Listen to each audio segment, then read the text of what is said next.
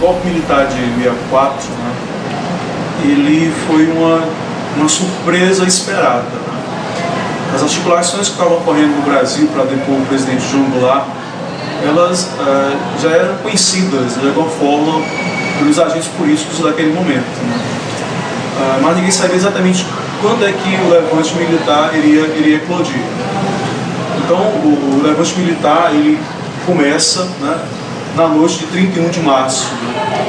O João Goulart estava, à época, no Rio Grande do Sul, tenta viajar para Brasília, então acaba indo para o exterior, de modo que o golpe foi vitorioso sem muita resistência, quase não há resistência na verdade. Tudo que estava ocorrendo no país, logicamente, repercutia aqui no Ceará. No golpe militar, 1º de abril de 1964, eu tinha 15 anos de idade e vivi esse dia acompanhando de madrugada naqueles rádios antigos de válvula, notícias que da rádio Marília de Veiga ou a Rádio Nacional sofri diretamente na família, né, os efeitos do golpe, né? Meu pai escondido, meu irmão preso, né? E em 66 foi lançada a partir de Montevidéu, que era o principal centro dos exilados brasileiros, um manifesto lançando a Frente Popular de Libertação. E essa frente foi organizada aqui no Ceará. E eu me engajei, foi o primeiro grupo político que eu me engajei. O que nós fizemos aqui foi pichamentos, jornalzinhos, panfletagem, né?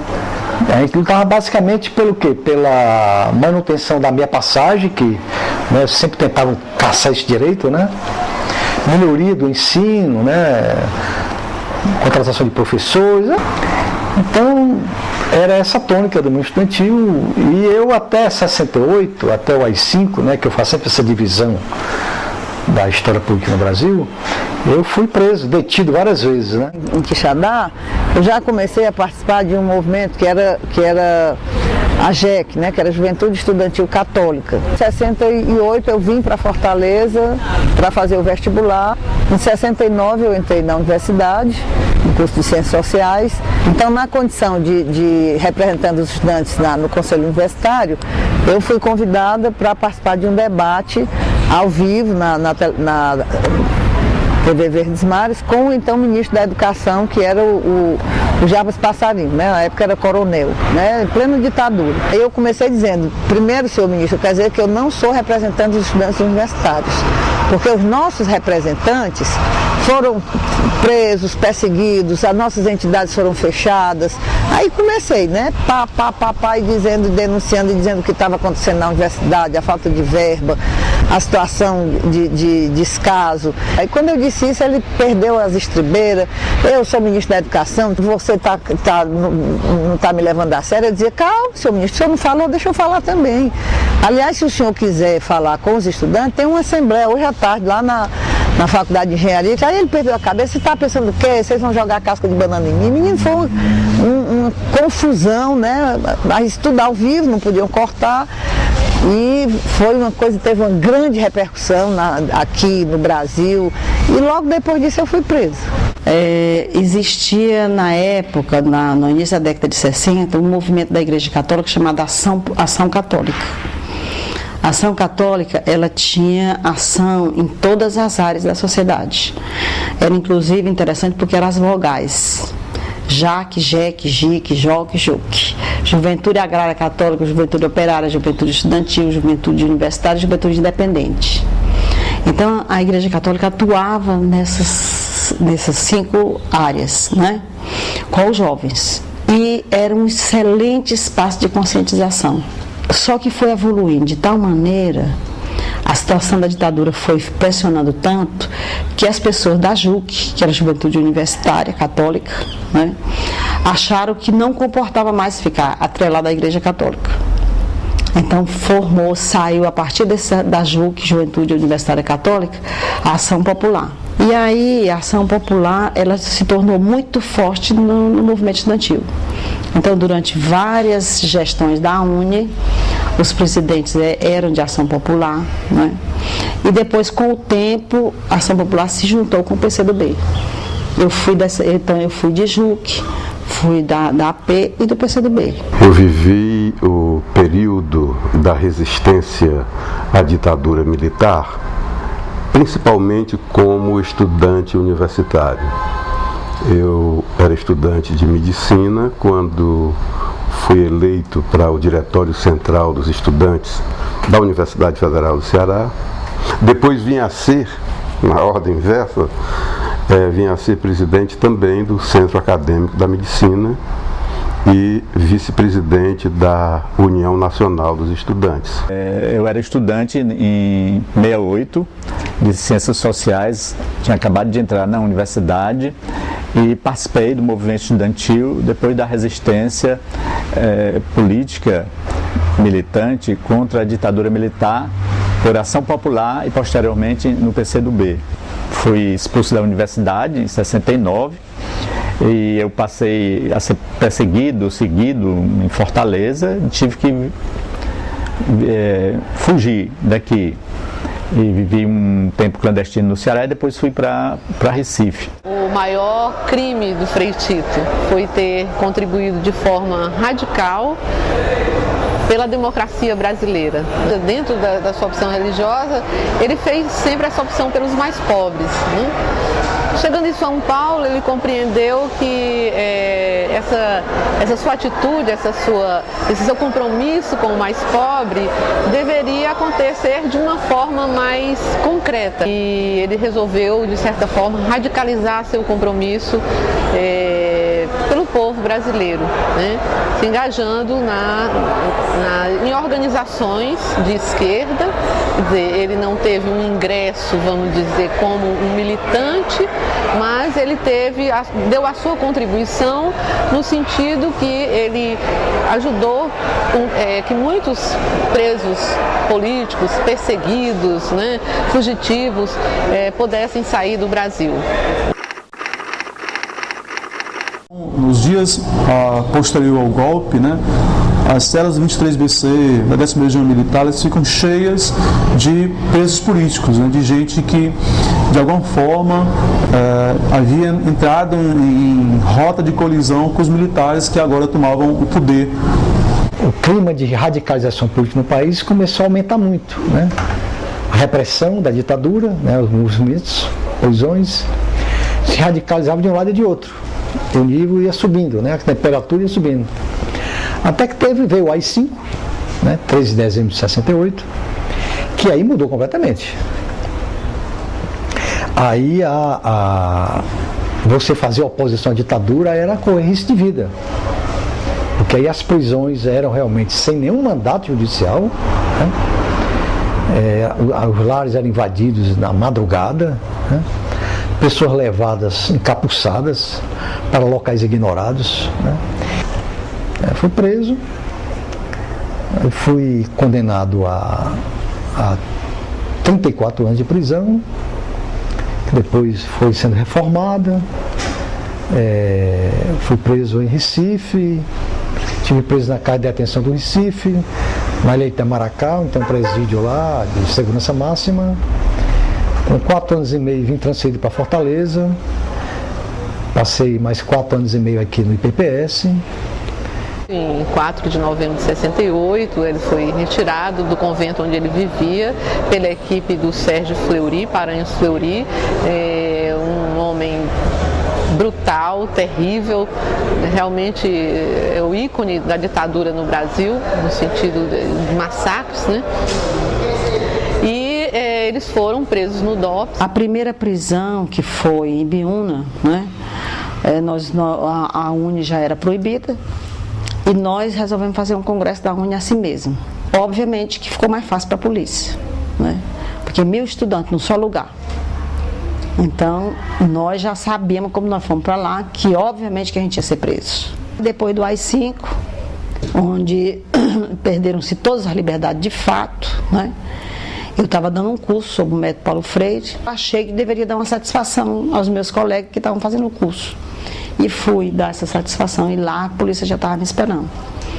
Então, a partir daí, eu fiquei presa num hospital, porque não tinha prisão feminina. Mas aí eu já entrei com a firme decisão de sair. Fui presa e aí, justamente, eles queriam saber quem eram as outras pessoas que participavam do movimento. Eu sei que foi 3 meses lá na Polícia Federal, onde hoje funciona a Fundação Cultural do município de Fortaleza, ali por trás do Paço Municipal. Então eles fizeram a denúncia para a Justiça Militar e eu fui ouvida pelo auditor militar, que era o doutor Ângelo Ratacaso. Na auditoria militar eu fiz a denúncia, que estava sofrendo essas torturas, essas físicas, psicológicas, né, e que pedia que ele me tirasse de lá, porque depois de eu denunciar publicamente eu iria sofrer reprimenda. Como não havia cela para presos políticos e tinha que ficar preso político separado dos presos comuns, então me levaram lá para o hospital militar e fizeram um isolamento lá. O isolamento do hospital eles transformaram em celas, né? E eu fiquei lá durante 1 ano. Né, outras presas políticas também foram comigo. Depois de 1 ano eles conseguiram fazer umas celas lá no presídio feminino e nós fomos transferidos para o presídio feminino. Fui preso em abril de 74, no Recife. Eu morava num bairro, Jordão. A casa onde a gente morava, que era uma casa do conjunto habitacional, foi cercada pela Polícia do Exército, pelo DOI-CODE, e a gente foi preso. Fui preso eu e um companheiro meu. Lá nós fomos levados num veraneio, nesse tempo o terror era os veraneios, né? A OBAN, que depois gera o DOI-CODE, né, se instalou também no Ceará. Né? Ninguém sabe exatamente o ano, talvez 70, 71, nos quartéis cearenses se instala o DOI-CODE OBAN. E aí era um jogo bruto, né? De tortura, uma enorme pressão psicológica, lógico, a dor está presente o tempo todo, né? Os livros de história relatam esses casos de tortura, né? Choque nos testículos, né? Afogamento, pau de arara, choque no ânus, coisas bárbaras, né? Choque em seios das mulheres, são coisas animalescas e absurdas. Interrogatórios prolongados, de me levar de olhos vendados e as mãos amarradas para trás para um local desconhecido, né? Onde ficaram me espancando e telefone, davam pancada, eu caía no chão e levantava, e dizendo palavrão, né? E fazendo também ameaças, e fazendo pressões psicológicas, diziam que meu pai ia morrer, que eu ia ser culpada. Era uma tortura física e psicológica. Na tortura primeira eles faziam o seguinte, deixavam você assim, 4 horas, você era algemado numa altura que você tinha que ficar na ponta do pé. E você ficava com o braço para cima, aquilo cansava muito, né? E quem passava nessa coisa, lhe davam murros aqui, principalmente nos rins aqui, né? Para doer. Então você estava algemado ali, completamente exposto, né? Inclusive de frente, e de vez em quando passava um cara e dava um murro em você, né? Na boca do seu estômago. E você passava horas assim, sendo cansado e preparado para entrar na sessão de tortura. Depois que você estava exausto, você ia para a sessão de tortura. A sessão de tortura era, primeiro, dar muita pancada, né? Muito choque. Eu levava principalmente choque. O Tito começou a sofrer, passou por bárbaras torturas, pau de arara, choque elétrico, afogamento, pancadas, apagar cigarro no corpo, no ânus, no pênis, enfim. Eu não fui torturado, eu atribuo este fato à razão de que eram prisão em grande número de pessoas que foram divulgadas pela imprensa, e aí ficava difícil eles torturarem multidões de estudantes. Isso não era realizável, né? E o que eles queriam impedir com aquela prisão era que houvesse, né, no caso da UNE, houvesse a eleição da UNE, né? vamos abrir os arquivos da ditadura, né? Vamos punir quem torturou, quem matou, né? Vamos indenizar os ex-presos políticos. Será que uma indenização, por maior que seja, né, ela compensa você perder 15, 10 anos de sua vida na prisão? Né? Então são questões que ainda não estão resolvidas, né? Em outros países da América Latina, na Argentina, no Uruguai, no Paraguai, essas questões estão sendo encaradas, né? No Brasil não. Há cerca de 11 anos atrás eu me envolvi na organização dessa entidade aqui, a Associação 6468 Anistia, né, para lutar pela memória e pelos direitos das pessoas que foram perseguidas. Porque nós não sabíamos, tinha uma legislação, uma lei que nos dava uma série de direitos, entre as quais uma pensão por ter sido demitido de emprego ou sido compelido a deixar emprego por perseguição política. Há leis estaduais, e o Ceará tem uma lei, que é a 12.202, que estipula uma indenização a quem foi preso e torturado no estado do Ceará, né? Que varia de 5 a 30 mil reais. O único que funciona no Brasil, a contento, é a indenização. Que foi, inclusive, uma coisa meio maquiavélica que o regime fez. Tipo assim, a gente te dá a indenização, mas tu se cala. Mas a grande importância disso não é o valor pecuniário. A grande importância é que, pela primeira vez no Brasil, o Estado pede desculpa ao cidadão, que nunca houve no nosso país. Achamos que foi um equívoco total, né, da esquerda ter ido atrás de indenização em relação ao que nós sofremos na época da ditadura. Primeiro porque eu acho que dinheiro nenhum paga o que nós sofremos e os companheiros que nós perdemos, né? É até difícil porque a indenização é um negócio delicado, porque fica medindo, né, o valor do que você sofreu. Então, tem uma comissão que diz, não, pelo que você sofreu, você merece receber tanto. Aí, não, você, pelo que você sofreu, você merece mais ou menos. Quer dizer, realmente eu acho uma coisa totalmente equivocada, né? Respeito os companheiros que acharam que deveriam ir atrás de tudo, né? Então, tem inclusive pessoas muito próximas a mim, mas acho que foi equivocado por esse aspecto e também porque terminou ficando a ideia que realmente com a indenização houve a reparação. E os torturadores continuam impunes, não é?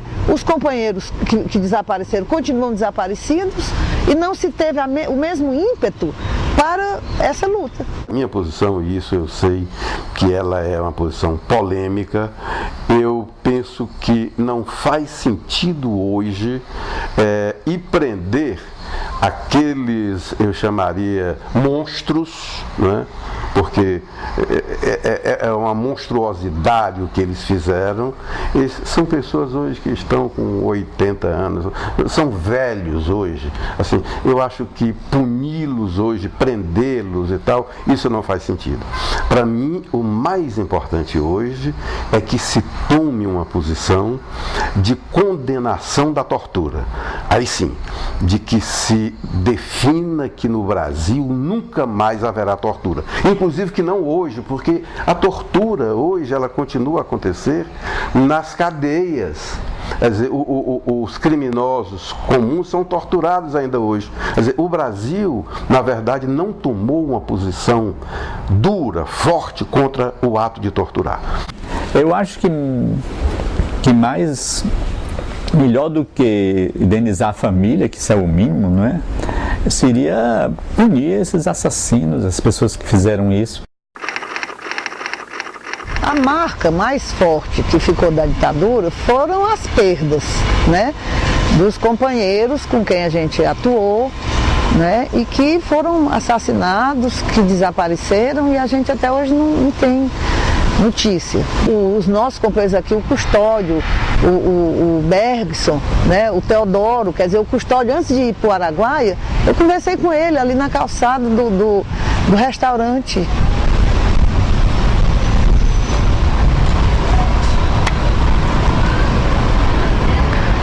Então, a marca maior é essa. São os companheiros que nós perdemos né? E alguns dos quais até hoje não se encontrou os corpos. Essa fala dos torturadores eu introjetei na minha mente. Depois notei que eu não estava nem falando, que eu só respondia por pensamento. Aí eu disse, bom, então eles entraram no meu pensamento, eles introjetaram na minha cabeça. Aí eu botei na minha cabeça que tinham colocado um chip na minha cabeça, que estavam lendo meus pensamentos. E eu comecei a cantar, né, para tentar não pensar nas coisas que eles perguntavam, não responder na mente. Eu comecei a cantar. Eu passei assim umas 4 horas cantando. Eu ficava todo o tempo gritando, cantando. Eu tinha enlouquecido, né? Tem um dos sintomas do estresse pós-traumático, que é a pessoa, vem os flashes da situação originária do trauma. Elas, como se elas estivessem vendo de novo o que aconteceu com ela, escutando o som do que, né, que usaram para tortura. Isso é sintoma do estresse pós-traumático. A cena é revivida várias vezes. E a sensação é que a pessoa está louca. Frei Tito, em nome de não perder a sua vida para esses algozes, né, ele comete suicídio. E inclusive tem um relato do psiquiatra dele, né, que ele diz que só não conseguiram triturar a alma dele.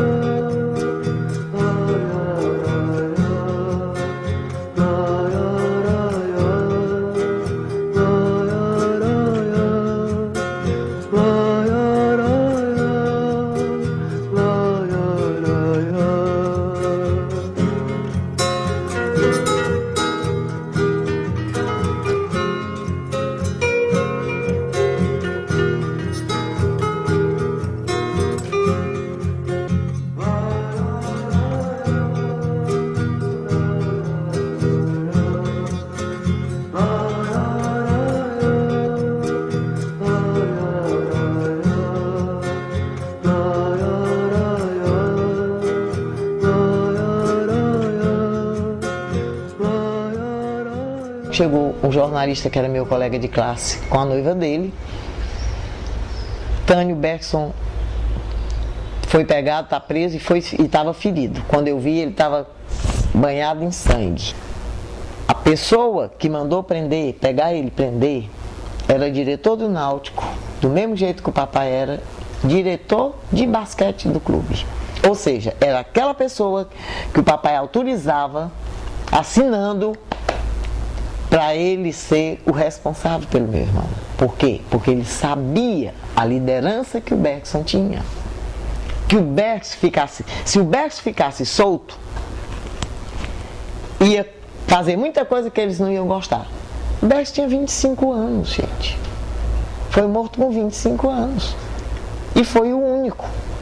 O primeiro que foi morto lá foi o Bergson. Eu soube que foi uma coisa muito brutal, porque ele levou tiro, mas cortaram o pescoço dele. A mamãe, eu acho que nunca soube disso, que eu nunca tive coragem de falar nada para ela.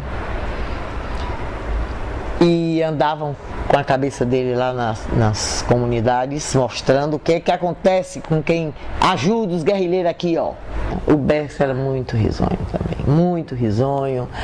Dentro de casa, aliás, eu acho que ele era na rua a mesma coisa que era dentro de casa, talvez fosse um pouco mais fora de casa, porque era amigo de todo mundo. Eu tenho um conhecimento pessoal com a Jana, mais ou menos no ano de 72, 71, 72, ela esteve em Fortaleza pela última vez. Eu sabia que ela ia se engajar nesse projeto do PCdoB de implantar uma guerrilha no Brasil, né, uma guerra popular com os camponeses. Se esperava conviver bastante tempo com o povo e, através de mobilizações de massa, chegar a uma resistência armada. Ela estava estudando na área de saúde, né, para a medicina, usando os saberes que ela já tinha aprendido na universidade, ela se ligar à vida e à luta popular desses camponeses contra os grileiros, porque isso era numa zona da Amazônia, né, em que havia grande presença de grileiros, pessoas tomando a terra dos outros, processo de escravização, coisa que até hoje ainda há na Amazônia, infelizmente.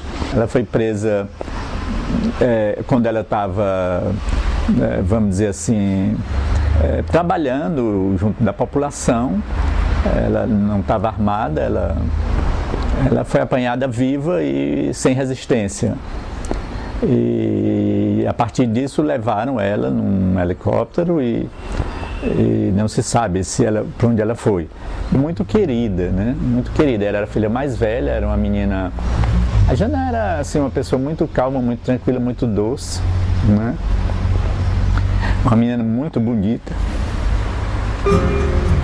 Caminhando e cantando e seguindo a canção, somos todos iguais, braços dados ou não, nas escolas, nas ruas. O nome Desaparecido, como o ditador argentino disse, eles davam porque não tinham que revelar quem matou, onde foi, cadê o corpo. Então bota na conta do desaparecido, mas desaparecido quer dizer assassinado pela ditadura militar. Não espera acontecer, vem, vamos embora, que esperar não é saber. Quem sabe faz a hora, não espera acontecer.